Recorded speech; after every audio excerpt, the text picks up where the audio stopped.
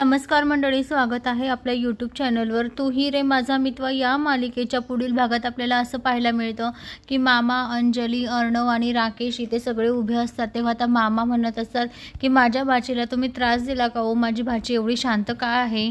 तुम्ही माझ्या भाचीला वेळ देत नाही, असं आता मामा राकेशला म्हणत असतात.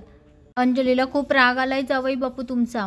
तेव्हा आता अर्णव लगेच म्हणतो, येस, माझ्या ताईच्या डोळ्यात आहे ना पाणी आलेलं आहे. मी माझ्या ताईच्या डोळ्यात कधीच पाणी पाहिलेलं नाही आणि तेही तुमच्यामुळे आलेलं आहे. तुम्ही हे व्यवस्थित बरं केलेलं नाही आहे, असं आता अर्णव राकेशला म्हणत असतो. तर तिकडे राकेशच्या पायाखालची जमीन सरकलेली असते, कारण राकेशला असं वाटत असतं की अर्णवला सत्य तर समजलं नाही ना आपलं. त्याच्या डोक्यामध्ये हेच विचार चालू असतात. तुम्ही माझ्या ताईला फसवलं आहे, तुम्ही तिच्यासोबत चीट केली आहे, त्यामुळे ती तुम्हाला माफ करणार नाही, असं म्हणून आता अर्णव राकेशकडे बघत असतो. तर राकेश आता अंजलीकडे बघत असतो. तुम्ही ताईसोबत जी चीटिंग केली ना, त्याचे परिणाम तुम्हाला भोगावेच लागणार आहे आणि तसंही मी तुम्हाला सोडणार नाहीच आहे.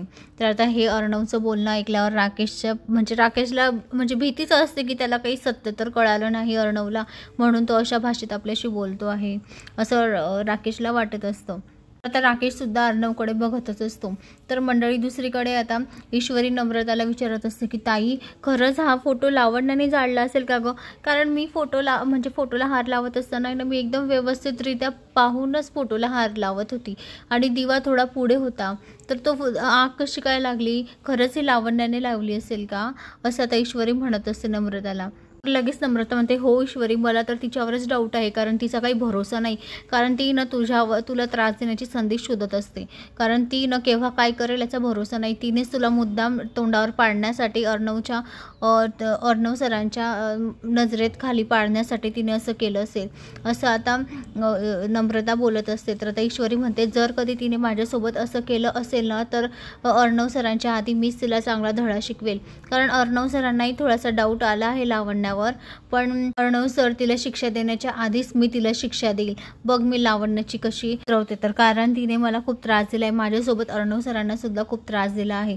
तेव्हा आता नम्रता म्हणते, हो केलंच पाहिजे, कारण तिने हे सगळं चुकीचं केलं आहे. मॅडमच्या फोटोना हार जाळून तिने अर्णव सरांचा अपमान केलेला आहे आणि तो आड तुझ्यावर घेतला आहे, असं आता नम्रता म्हणत असते.